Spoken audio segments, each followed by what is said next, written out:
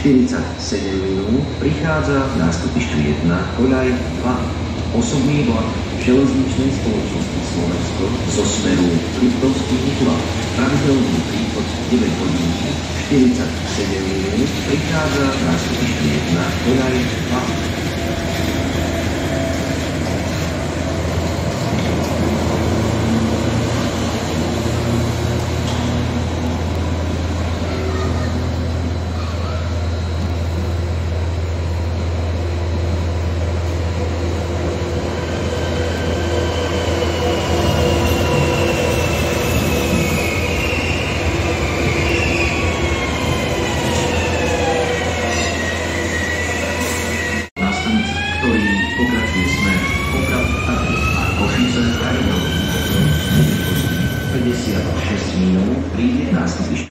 Zo smeru Bratislava hlavná stanica, ktorý pokračuje smer Kráľovanie, Ružomberok, Liptovský Mikuláš, Štrba, Poprad, Tatry, Spišská Nová Ves, Margecany, Kysaň a Košice pravidelný odchod 9 hodín 56 minút príde k nástupišťu 1 koľaj 1. Za Rušňou sú radené vozne 2. triedy číslo 9 a 8 vozne 2. triedy so službou pojazdná ústupňa Latožín s povinnou rezerváciou miest pre bicykle číslo 7 až 4 voze 2. triedy pre cestujúcich s deťmi so zbíjacou plošinou na prepravu mobilných cestujúcich a so službou pojazdná ústupňa Latožín s povinnou rezerváciou miest pre bicykle číslo 3 reštauračný vozne a vozne 1. triedy číslo 2 a 1. Upozorňujeme cestujúcich, že vozne 1. triedy sú povinne miestenkové.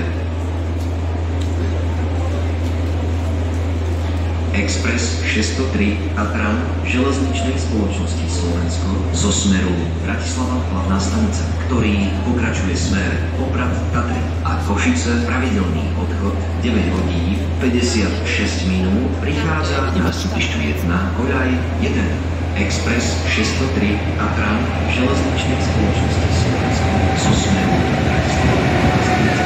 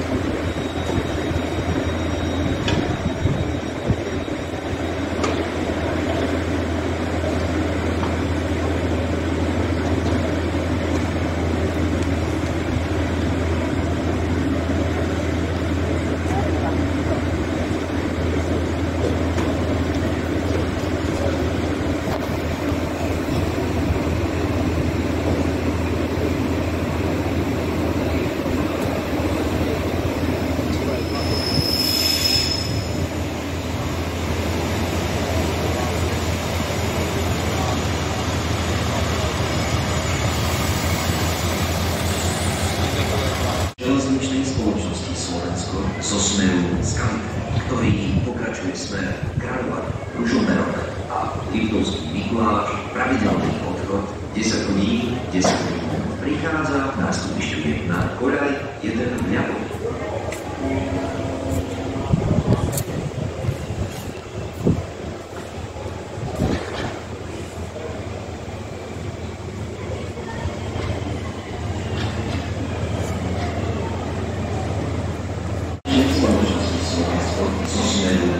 Tento je tu tam čo? Bratislava